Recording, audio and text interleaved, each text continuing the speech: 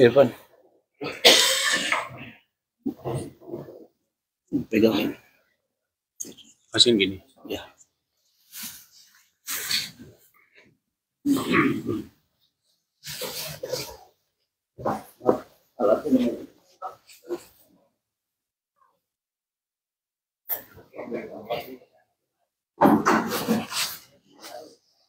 Pak, ini tolong Pak.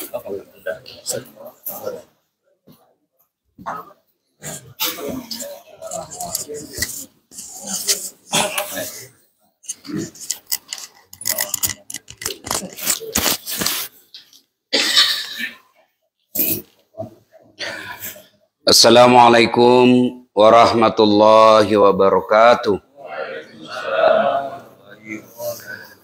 Alhamdulillahi rabbil alamin wa bihi nasta'inu ala umurid dunya waddin. Asyhadu an la ilaha illallah wa asyhadu anna Muhammadan abduhu wa rasuluh. Allahumma salli ala sayyidina Muhammad wa ala alihi wa sahbihi ajma'in. Amma ba'd. Faqad qala Allah Subhanahu wa ta'ala fi kitabil karim. Bismillahirrahmanirrahim. Ya ayyuhalladzina amanu taqullaha haqqa tuqatih wa la tamutunna illa wa antum muslimun. Wahai orang-orang yang beriman, bertakwalah kalian kepada Allah dengan sebenar-benarnya takwa, dan janganlah kalian mati kecuali dalam keadaan beragama Islam. Ayat ini Jumat dibacakan khatib. Kalau di suatu tempat kantor ada pengumuman yang harus diulang-ulang tiap pekan, pasti itu pengumuman penting. 2020, 2021 yang lalu ada pengumuman yang harus diulang-ulang di gereja, di masjid, di tempat-tempat keramaian, di kantor, selalu diulang-ulang. 2020, 2021. Apa itu? Pakai masker, jaga jarak, cuci tangan, hindari berkumpul. Kenapa? Waktu itu penting itu pengumuman. Pakai masker itu penting. Sekarang tidak lagi. Kenapa? Pengumuman itu tidak penting lagi. Ayat ini sejak 1400 tahun yang lalu, dari ratusan ayat dalam Quran, kenapa ayat ini yang Allah selalu pilih? Tiap Jumat, jangan kamu mati kecuali dalam keadaan beragama Islam. Allah ingin pesankan kepada kita, saat kamu ngaku Islam, tapi belum tentu kau mati dalam keadaan beragama Islam. Banyak orang Islam ngaku Islam, matinya tidak membawa Islamnya. Itulah sehingga kita diajarkan doa. Ya Allah biha, ya Allah biha, ya Allah bihusnil khatimah. Itu Allah ajarkan. Insya Allah Bapak Ibu tidak akan mati dalam keadaan lagi berzina. Insya Allah kita tidak akan mati dalam keadaan ngerampok. Tapi yang bisa membuat kita terindikasi matinya dalam keadaan kafir, hubbi aklil haram, suka mengkonsumsi barang haram. Itu penting. Kalau saya di Indonesia aman. Di sini kalau iman setengah-setengah didorong sama bisikan setan, hampir tiap hari kita bisa makan barang haram. Sudah darurat, darurat. Minum aja, makan aja, darurat. Akhirnya kita mengabaikan kriteria kehalalan suatu makanan. Kalau perantau datang ke sini susah cari makanan halal, mungkin masih bisa ditolerir. Kenapa? Dia pendatang. Tapi bapak-bapak yang sudah tinggal di sini, itu kan bapak bisa masak sendiri. Saya khawatir Ustadz. Gimana caranya? Bapak bawa masakan sendiri. Itulah bedanya orang fasik dengan orang beriman. Orang fasik dia tidak peduli lagi itu. Halal haram. Enggak, dia enggak peduli. Kalau kita orang beriman, dia hati-hati. Daripada suamiku makan barang enggak jelas di luar, dia bikinkan rantang. Bawa Pak, di makanan. Supaya apa? Hati kita tenang. Kalau orang yang selalu mengkonsumsi barang haram, maka kata Nabi, hatinya bisa jadi kaswatul qalbi. Keras hati tidak mempan nasihat. Dinasehati tidak mempan lagi tuh. Maka pesan pertama saya, tuan-tuan, puan-puan yang terhormat, hati-hati dalam memilih makanan. Itulah perbedaan kita, orang mukmin dengan orang fasik. Bapak tahu namanya fasik. Fasik itu definisi sederhananya pura-pura beriman. Ngaku beriman tapi hidupnya tidak sesuai. Maka hati-hati. Paling aman makan bikinan sendiri. Nah, itulah mohon maaf penitia, itulah sebabnya kenapa saya pilih kediaman rumah. Karena kalau di hotel saya takut makanan saya tidak terjaga. Ini kita hati-hati, siapa tahu ajal, baru saja kita mengkonsumsi barang haram, tiba-tiba kita ajal menjemput, siapa yang jamin kita mati membawa Islam kita? Tidakkah ulama mengajarkan orang yang memasukkan barang haram ke dalam perutnya 40 hari 40 malam dia tidak diijabah doa-doanya. Nah ini penting, sampaikan anak-anak kita. Berat Ustadz, ya memang berat, hadiahnya surga. Kalau enggak berat, ya kipas angin aja hadiahnya. Ya, ya Bapak Ibu saudara-saudara sekalian, pertama sengaja saya sampaikan supaya kita berhati-hati dalam memilih makanan. Masalul mu'minina kamasalin nakhal, kata Nabi. Perumpamaan orang Islam itu seperti tawon. Itu hadis sahih. Apa karakternya tawon? Satu, yang dia makan sari pati madu. Nggak ada tawon makan tempe. Ya toh? Nggak ada tawon makan bangkai. Orang beriman itu madu. Bapak Ibu mau tahu enggak perbedaan ada madu asli dengan madu palsu? Oh, bawa ke rumah. Kalau istri di rumah ngamuk, pasti madu asli itu. Ya, saudara-saudara sekalian. Itu kata Nabi, sifat tawon itu dia makan pasti yang baik-baik. Itu sebabnya Nabi amanahkan, jangan kau beri makan anakmu makanan haram agar dia besar tidak berpikir yang haram-haram. Ini penting bagi kita orang Islam. Begitu pentingnya tentang makanan halal haram ini, maka Allah berikan kita pelatihan. Apa pelatihannya, Pak? Bulan Ramadan. 1 bulan kita pelatihan, Pak. Orang Ramadan jangankan yang haram, halal aja dia mampu kendalikan orang beriman. Nasi halal atau haram? Halal atau haram? Halal. Tapi jam 12 siang jangan kendalikan. Itu berarti orang Islam yang halal aja dia mampu kendalikan dirinya, apalagi yang haram. Itu makna dari umat Islam, kata Nabi itu seperti tawon. Ya, maka ini yang saya pesankan buat kita semua agar berhati-hati, jangan masa bodoh. Kalau terbiasa kita mengkonsumsi barang yang haram, jangan heran dengar dakwah tidak manfaat lagi. Ini nasihati anak kita sudah tidak manfaat. Kenapa? Hatinya sudah mati, keras hati. Ini hati penting, Pak. Pengendali utama diri kita itu hati. Tidak ada orang nanti di akhirat masuk neraka gara-gara penyakit kusta. Kenapa kau masuk neraka? Hipertensi Tuhan. Tidak ada. Penyakit hati. Dan hati ini penting, Pak. Coba lihat, Pak. Bapak bawa mobil dari Beverly Hills ke sini. Ya kan? Yang nyetir tangan. Gas rem kaki. Yang melihat rambu-rambu jalan mata. Yang berpikir sepanjang jalan otak. Tapi begitu ada tikungan, apa tertulis kalau di Indonesia? Hati-hati. Tidak ada tertulis otak-otak. Padahal otak kan yang berpikir. Itu berarti memang ini hati pengendali, raja dia. Jadi kalau rusak hati, tutur kata menjengkelkan, kehadiran kita tidak menyenangkan. Kenapa? Hati kita sudah rusak. Dan penyebab hati rusak itu, hobi aklil haram. Suka mengkonsumsi barang haram. Ya. Nah, ibu bapak saudara-saudara sekalian. Yang kedua yang saya sampaikan berkaitan dengan semalam yang saya kasih contoh. Tutupi kejahatanmu dengan memperbanyak kebaikan. Nah, kebaikan-kebaikan itu coba bayangkan. Kalau orang masuk surga hanya sholat. Berapa kali bapak sholat sehari? Paling 5 kali. Syukur-syukur kalau ada sunnahnya.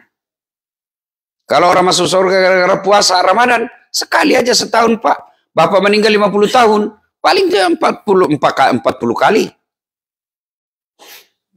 Kalau haji, berapa kali seumur hidup? Paling 1. Ada juga yang tidak sempat. Iya kan? Syukurnya ibadah itu bukan sekedar itu saja. Ibadah itu segala kebaikan. Itulah ibadah. Segala kebaikan. Nah, saya kasih contoh yang paling sederhana. Yang selalu Nabi amalkan. Apa itu? Tiada hari tanpa wudhu. Salah satu penyebab kita malas ibadah kalau di negeri seperti ini, yang kita mayoritas muslim, minoritas muslim, pasti malas sholat gara-gara susah wudhu. Ya, makanya setiap keluar rumah pasti sudah ada wudhunya. Sudah ada wudhu. Bapak kan tiap hari pasti mandi. Ya kan? Ah, ya, kecuali dingin, ya biasalah. 1 kali mandi untuk 2 hari. Ya. Nah. Selesai mandi langsung wudhu. Bapak keluar rumah masuk waktu sholat. Mau di mana aja boleh sholat. Tidak dapat masjid, tidak dapat musola boleh. Saya waktu ke Australia, setengah mati cari. Mana tempat ibadah ini tidak dapat. Saya cari gereja. Saya sholat di samping gereja. Dia dapatlah saya orang. Dia pikir saya gila. Tidak apa-apa. Bumi ini, hamparan bumi ini adalah masjid Allah, rumah-rumah bisa diibadah. Ya, maka Bapak biasakan ada wudhu. Kalau ada wudhu, insya Allah, apa kelemahan orang wudhu? Ibu-ibu dengar nih. Apa kelemahan wudhu? Innallaha yuhibbut tawabina wa yuhibbul mutattakhirin. Dicintai oleh Allah. Ibu dicintai suami saja sudah senang. Apalagi dicintai Allah, Pak. Bapak mau dicintai Allah. Salah satu caranya wudhu. Nabi itu mau tidur sekalipun wudhu. Orang kalau sudah dicinta Allah, Pak, kecil punya mobil. Kecil lunas utang. Kecil buat Allah. Kalau Allah sudah cinta, kecil semuanya. Ibu-ibu, kalau Allah cinta kita, Allah cukup katakan kun, fayakun. Itu kalau bapak ibu masih percaya Quran. Kalau tidak percaya Quran, tidak usah ceramah. Masuk akal tidak perempuan bisa hamil tidak pernah disentuh laki-laki? Menurut ilmu kedokteran tidak mungkin. Tapi kalau Allah mau, bisa. Itu Siti Maryam Tidak pernah disentuh laki-laki, wanita suci, melahirkan Isa Al-Masih. Cuma sekarang perempuan banyak mau saingan Siti Maryam. Tidak ada suaminya melahirkan. Itu bukan tidak sentuh laki-laki, cuma dia ilegal. Ya Allah. Kalau Allah berkehendak, bisa tidak manusia hidup dibakar dalam api satu lapangan besar? Tidak mungkin. Jangankan dibakar dalam satu lapangan. Kebakaran sedikit aja 80% sudah pasti mati menurut ilmu kedokteran.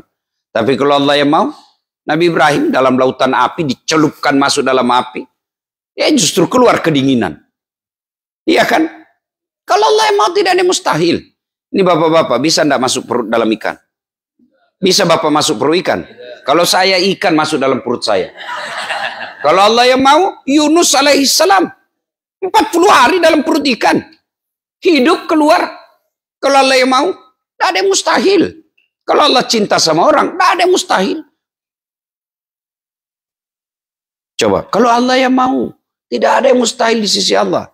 Bapak baca sejarahnya Firaun. Firaun itu bikin kepres. Hasil analisanya para nujumnya. Akan lahir seorang laki-laki yang akan menghancurkan kerajaanmu. Wah, kalau begitu bikin kepres. Tidak boleh perempuan hamil. Kalau hamil tunggui dia sampai lahir. Kalau laki-laki bunuh. Langsung tanya-tanya. Kalau anaknya laki-laki langsung matikan dia. Lahir Musa alaihissalam. Ibunya khawatir, dihanyutkan. Bapak tahu sungai Nil waktu itu, airnya mengalir ke kanan. Kalau air mengalir ke kanan, kemana benda yang ada di atasnya? Ayo Pak, kalau air mengalir ke kanan, benda yang ada di atasnya mengalir kemana? Ikut aliran air. Kecuali ada motor ya, tapi ini tidak ada ya. Tidak ada mesin. Kanan, tapi apa yang terjadi? Petinya Nabi Musa justru mengalir ke kiri. Tidak ada mesinnya. Kemana dia? Dan dapat siapa? Pekarangannya istananya Firaun. Masuk itu. Dan siapa yang dapat? Istrinya Firaun. Firaun mau bunuh. Mau dibunuh sama Firaun. Malah dikencing itu sama Nabi Musa. Kata istrinya, enggak. Sudah lama saya ingin memilihkan anak. Ini pasti utusan dewa. Dan di mana Musa dibesarkan? Dalam rumahnya Firaun yang ingin membunuhnya. Ibaratnya dia hidup dan dibesarkan di bawah hidungnya Firaun. Padahal dia mau membunuh Musa. Kalau Allah berkehendak, tidak ada yang mustahil. Kecil itu asam urat disembuhkan Allah. Kecil. Allah cuma minta, ayo kamu buat Allah jatuh cinta kepadamu. Kalau Allah sudah jatuh cinta kepadamu, kecil ini dunia. Kecil buat Allah, Bu. Taklukkan hati suamimu yang nakal. Kecil buat Allah. Allah cuma katakan, kun fayakun. Ini kalau bapak masih percaya Quran. Kalau sudah tidak percaya Quran, tidak usah dengar ceramah. Itulah bedanya kita orang beriman. Tidak nanya. Semua yang saya ceritakan tadi yang tidak masuk akal, kan itu ada dalam Quran. Baca surah Al-Anbiya. Itu semua ada dijelaskan dalam Quran. Kalau bapak tidak percaya, berhenti jadi orang beriman. Karena syarat orang beriman percaya kepada kitab. Maka biasakan wudhu. Ya, mulai hari ini. Apalagi keutamaan orang yang selalu wudhu. Insya Allah terhindar dari dosa. Sebelumnya, kalau orang cinta kepada Allah, apa yang bapak minta dikasih. Kalau tidak dikasih, pasti tidak baik buat bapak. Percaya itu. Minta sesuatu tidak dikasih, Allah tahu ini tidak cocok. Saya 2014 ikut Pilwali Makassar. 10 pasang calon. Kalah? Tidak. Cuma yang menang lebih banyak suaranya. Saya tidak mau dibilang kalah. Belum tentu dia lebih hebat dari saya. Allah tahu. Ustaz, dah saat kau tidak usah jadi pejabat. Setengah mati kau hormat. Bahkan bisa jadi saya berujung dengan KPK. Datang gubernur saya hormat. Siapa gubernur?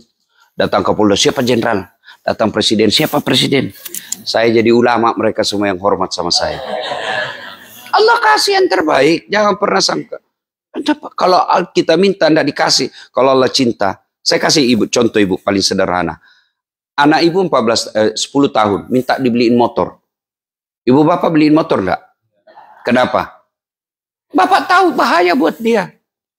Ya Allah, mudah-mudahan tahun ini saya bisa poligami. Kalau Allah enggak, malah jauh. Allah tahu, kalau bapak poligami, istrimu ngamuk, dia kasih kau racun sinadinda. Sudahlah, ya. Yang kedua, orang yang selalu ada wudhunya, insya Allah terpelihara dari dosa dan maksiat. Kok bisa? Coba lihat, orang suami istri aja mau jabat tangan, enggak mau itu. Iya, ada wudhu saya. Ya kan? Orang yang ada wudhu. Maka biasakan ada wudhu, insya Allah terpelihara dari dosa dan maksiat. Yang kedua, oleh-oleh saya untuk memperbanyak amal, banyak-banyaklah ibu bapak, saudara-saudara sekalian sholat duha. Siapa yang punya dunia, Pak? Siapa yang punya dunia? Ibu-ibu, siapa yang punya dunia? Yakin? Yakin? Ibu sampai ke sini urusan apa, Pak? Urusan apa?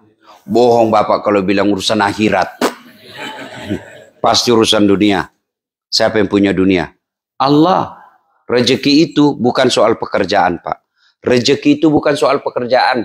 Kalau pekerjaan soal rezeki, pekerjaan, mestinya semua orang yang sama pekerjaannya, sama rezeki dan kekayaannya. Tapi kan beda-beda. Sama kerjaan, sama harga, ada yang laris, ada yang bangkrut. Ya kan? Ibu, Pak, rezeki kita bagi orang Islam, sholat duha, baca surah Al-Waqiah, silaturahmi, sedekah. Itu kunci datangnya rezeki. Sholat duha. Ibu, kalau mau bantu suami cari nafkah, tidak usah keluyuran. Istri yang soleha, suaminya pergi cari nafkah, dia tinggal sholat duha di rumahnya. Selesai sholat duha, berdoa. Ya Allah, Engkau yang menitip. Ya Allah, Engkau yang bagi rezeki suami saya. Jika rezekinya masih jauh, dekatkan. Jika masih di atas langit, turunkan. Itu kan doanya sholat duha. Itu kan memaksa itu, Pak. Kalau di atas langit, kasih turun. Kita paksa Tuhan. Kalau dalam tanah, munculkan. Kalau masih jauh, dekatkan. Kalau masih sedikit, cukupkan. Paling baiknya Allah berkahkan. Itu kan doa maksa itu. Itu diajarkan oleh Nabi itu doa. Nah, sudah itu, ibu sholat duha 2 rakaat. Sudah 2 rakaat, minta tolong kepada Allah. Sudah itu, ke WhatsApp suamimu. Bang, jangan galau kau cari nafkah. Baru saja saya dukung. Dukung apa sayang? Saya doakan kau dalam sholat duhaku. Salam sayang selalu dari istrimu di rumah. Bapak pernah dapat WhatsApp begitu? Paling jangan lupa singgah beli daging. Allah kirim. Saya itu istri saya, Bu, Masya Allah. Kita pergi masuk WhatsApp. Sekian hafalannya Ece. Baru saya sholat duha.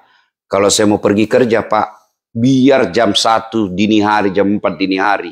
Begitu saya bangun, oh dia sudah bawa itu ranselku. Dan selama saya suami istri, hampir sudah 11 tahun, rasa-rasanya dihitung jari dia terlambat bangun. Pasti jam 4 sudah bangun sholat tahajud. Malah saya biasa malu karena dia bukan ustazah, tapi sholat tahajudnya lebih lancar dari saya. Sudah dia bawa. Kalau saya mau pergi, Pak, dicium dulu tangan saya. Sudah itu dicium lagi jidatku. Sudah itu mataku lagi sebelah kanan. Sudah mata kiri lagi. Ini agak lama, Ibu. Istri saya, Pak. Biasa saya malu-malu sama sopir saya. Cepat. Karena orang Bugis itu kan tidak romantis, Pak. Orang Bugis itu tidak romantis. Tidak ada orang Bugis romantis. Maka dalam tutur, budaya tutur Bugis tidak ada pantun. Yang ada pantun itu Betawi, Melayu, ya, Padang. Nah, tidak ada. Kalau Bugis tidak ada pantun. Kalau orang Padang atau orang Betawi mau melamar kan dia berpantun. Aku melihat ada burung, ada bunga di taman. Bunga itu sudah siap untuk dipanen. Kalau orang Bugis enggak, dia bilang, sudah besar anakmu ya. Nah, saya kasih menikah dengan anak saya. Itu orang Bugis, Pak. Enggak ada. Maka saya termasuk orang agak susah romantis kepada istri saya. Tapi jangan salah, di mana romantisnya orang Bugis? Dari perlakuannya. Tidak ada laki-laki Bugis yang lebih dulu haji daripada istrinya. Kalau dia hanya mampu satu, istrinya dulu dia kasih haji. Atau dia kasih umroh. Dibikinkan dulu rumah, biar dia menderita, yang penting ada rumahnya untuk istrinya. Nah, ibu bapak, saudara-saudara sekalian, kembali yang tadi ya. Biasakan sholat duha. Ya, saya biasa pikir-pikir, oh ini rahasianya. Saya itu biasa bilang sama adik-adik saya itu minta kepada Allah 5, tapi Allah kasih saya 5.000. Itu mungkin salah satu sebabnya, dari saya SMP sudah rajin sholat duha. Bunyi bel, orang pergi ke kantin, saya ke musola. Saya sholat duha. Dan berdoa tidak harus bahasa Arab. Ya Allah, saya terima takdirku orang kampung dan miskin orang tua saya. Tapi jangan pula kau miskinkan ilmuku. Jadikan saya sebagai pusat ilmu pengetahuan. Ya Allah, gampangkan, mudahkan saya berpikir, mudahkan saya menerima pengetahuan. Supaya saya bisa membahagiakan orang tua saya. Selesai sholat duha, 2 rakaat. Barulah saya ke kantin kalau ada orang kaya. Kalau ada uang, kalau tidak ada uang, cari anak kaya yang randongo. Anak-anak orang kaya, ada prayer dasar, ada. Kerjakan dulu ya, bisa, tapi belikan saya kue bos. Alhamdulillah, dulu kalau dibilang orang, sok alim, kampungan, sholat aja kerjanya. Sebenarnya tidak apa-apa, daripada kau tidak ada kampungmu. Ya kan? Sholat duha. Bu, Allah yang punya ini dunia, maka sholat duha. Saya tidak tahu caranya, sama sholat sunnah yang lain. Bedanya cuma beda niat. Kalau tahajud niatnya tahajud, sholat duha niatnya duha. Sholli sunatal duha, rakataini lillahi ta'ala, Allahu Akbar. Nggak tahu bahasa Arabnya, bahasa Indonesia. Saya niat sholat duha, 2 rakaat sunnah hukumnya bagi saya lillahi ta'ala, Allahu Akbar. Itu pun susah, sudah ambil jalan praktis. Berdiri tegak menghadap kiblat, baru Bapak bilang saja, Tuhan sholat duha ya, Allahu Akbar. Boleh. Ini yang ketawa, saya serius ini. Daripada ibu mau menghafal sholat, sholli, nggak hafal, nggak sholat lah ibu. Ya, sholat duha. Yang berikutnya, yang ketiga, banyak-banyak berdoa. Doa. Dan doa itu, dengar janji Allah. Ud'uni astajib lakum. Berdoa kau kepadaku, pasti saya kabulkan. Itu janji Allah, bukan janji politisi. Kalau yang janji, pasti. Cuma doa itu dikabulkan dalam 4 cara. Ini dengar ini, supaya ibu tidak galau. Dengar ini Pak, supaya Bapak tidak sangka buruk kepada Allah. Doa itu dikabulkan dalam 4 versi. 1, Allah kasih sesuai yang apa yang dia mau. Namanya taufik. Ya Allah, mudah-mudahan saya bisa beli mobil tahun ini. Allah kasih, itu taufik namanya. Apa yang dia minta, itu juga yang Allah inginkan. Taufik namanya. Itu makanya setiap orang ceramah selalu diakhiri, wabillahi taufik wal hidayah. Ya kan? Supaya ceramah kita itu sesuai kita bisa dapat. Ya Allah, mudah-mudahan tahun ini saya bisa beli tanah. Allah kabulkan, itu taufik namanya. Yang kedua, Allah kabulkan tapi dalam bentuk yang lain. Ya Allah, mudah-mudahan saya bisa beli mobil. Allah tahu, kalau ada mobilnya ini tidak datang lagi ke masjid. Makin sombong dia. Sudahlah, saya tidak kasih kau mobil, saya kasih kau kesehatan. Kita minta, ya Allah berikan saya rumah, bisa beli rumah di kampung. Allah tahu, kalau dia beli rumah, bertengkar saudaranya gara-gara rumah yang tidak ada yang ditinggali. Sudah, saya jadikan anakmu soleh. Dikabulkan dalam bentuk yang lain. Seperti yang tadi saya ceritakan, Bu. Nah, cerita lain dalam hidup saya, tamat SMA kan saya daftar tentara, Pak. Mau jadi akabri penerbang. Tidak lulus, kenapa? Ceper. Tidak cukup tinggiku waktu itu. Saya protes, ya Allah, kenapa kau lahirkan saya dalam keadaan pendek? Kau tidak rugi jadi Tuhan kalau saya jadi tentara. Teman saya lulus, Bu, dari polisi. Dia sekarang ditugas di Sulbar, Sulawesi Barat. Dia sudah 2 di sini anunya, AKBP. 2 bunga. Dia reserse. Pakai baret merah. Saya pakai baret putih. Alhamdulillah dengan baret putih, mulai baret hitam sampai baret merah, saya ceramai semua. Allah kasih yang terbaik. Ya. Kita minta sesuatu, Allah tahu ini tidak baik, saya kasih kau yang lain. Yang ketiga, Allah kabulkan tapi ditunda. Bapak Prabowo doa jadi presiden sejak 2014. Kapan Allah kabulkan? 2024. Itu Allah kabulkan tapi ditunda. Nabi Zakaria minta anak sejak usianya 21 tahun. Berapa Pak? 21 tahun. Kapan Allah kabulkan Ibu? 90 tahun. 21 ke 90 berapa tahun itu? 69 tahun. Itu Nabi Pak. Tidak pernah bohong. Makanannya pasti halal. 69 tahun baru dikabulkan. Sampai Nabi Zakaria sudah tidak percaya waktu itu. Gimana saya mau punya anak? Saya sudah tua, istri saya sudah tua. Allah katakan, kalau saya berkehendak jadi. Itu Nabi Zakaria 21 ke 90 baru Allah kabulkan. Bapak minta berdoa pagi mau dikabulkan malam. Padahal bapak tukang tipu. Istri aja ditipu. Memangnya ada orang dalam. Allah karim. Allah tunda. Allah kasih. Tapi ditunda. Yang keempat, Allah kabulkan setelah di akhirat kelak. Nah ibu bapak saudara-saudara sekalian, inilah tausiah kita. Mudah-mudahan ada manfaat.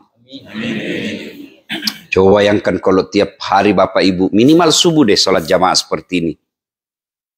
Kalau kerja ya apa boleh buat, minimal Sabtu Ahad. Alhamdulillah dapat gaji 100 juta rupiah per bulan, masuk lagi surga. Cuma saya pesankan Pak, kalau bapak ada rezeki, buatlah rumah ibadah. Supaya ada bapak tinggalkan kenang-kenangan. Rumah di Jakarta yang mewah Pak, percaya tidak mungkin bapak bisa bawa mati. Tapi kalau bapak punya masjid, meskipun kecil, insya Allah itu bapak puas dan siap. Kita ada sakaratil maut tidak lagi kita takut. Kenapa?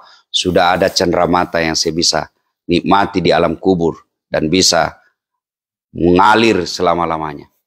Kasihan kalau bapak mampu beli mobil harga 1 miliar. Masjid bapak tidak bisa bikin. Minimal Pak, minimal gotong royong. Bapak merantau ada sini 3 orang sama-sama orang dari Makassar. Ayo kita cari tanah, bikin masjid. Kita bertiga bikin masjid. Tidak mungkin Allah tidak bantu. Tidak mungkin. Allah itu bukan pelit. Allah itu bukan penyayang Pak. Maha penyayang. Allah itu bukan pengasih. Maha pengasih. Cuma yang kita yang kadang-kala tidak percaya. Bersangka buruk. Sehingga tidak pernah terwujud. Karena kita tidak yakin. Padahal Allah sampaikan, Ana indosonni abdibi. Saya tergantung sangka hambaku. Kalau dia sangka mampu. Maka ibu-ibu yang banyak tabungannya ibu. Daripada dipakai nanti dikawin lagi suami. Mending ibu bersekutu bikin masjid. Jual itu emas berlian. Kita bikin masjid. Dan enaknya kalau bapak pulang kampung sebagai orang-orang yang hidup di Amerika. Biar bapak pakai barang palsu juga orang bilang asli. Masa palsu di Amerika itu kerja? Tidak mungkin. Iya toh? Tapi kalau kita orang miskin biar sudah asli. Dia bilang ada mana dia dapat itu. Dan enaknya Pak. Lebih baik yang asli bapak jual jadikan masjid. Sisanya kita nikmati untuk kehidupan seadanya saja. Wa mal hayatud dunya illa mataul hurur. Dunia ini hanya tipu daya semata. Mudah-mudahan ada manfaat. Lebih dan kurangnya mohon dimaafkan. Usikum wa nafsi bitaqwallah fastabiqul khairat. Assalamualaikum warahmatullahi wabarakatuh.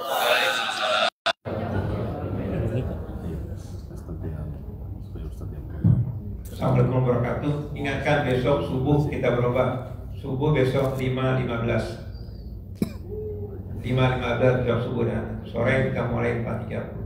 Sekian, assalamualaikum warahmatullahi wabarakatuh.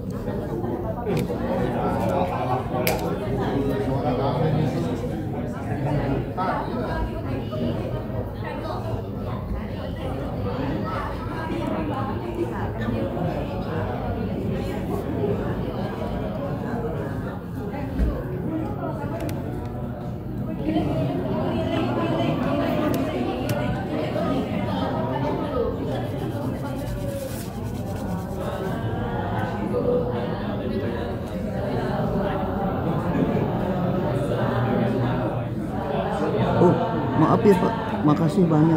So basically what they're like, don't do anything to it, but it's like, we're not pushing it. We have a very large population as well, so you can like find that.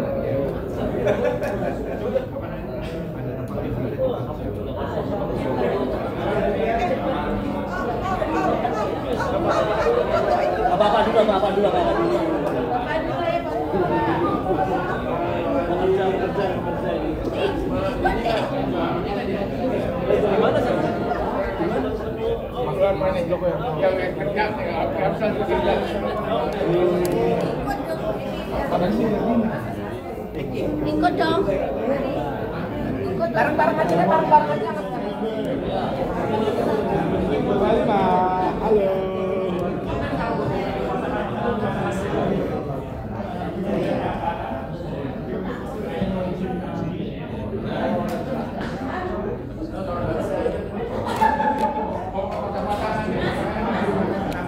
Untuk teman-teman di mana saja berada, thank you for watching. Pak Ustadz masih ada 2 hari lagi di sini. Nanti sore ya 2 kali tausiah atau ceramah. Besok Ahad juga ada ya. Insya Allah. Salam dari Los Angeles, Masjid At-Thohir ya, California, Koreatown, Amerika Serikat ya. Nah, alhamdulillah banyak juga yang bukan muslim yang menonton ya. Terima kasih untuk saudara-saudaraku semua ya.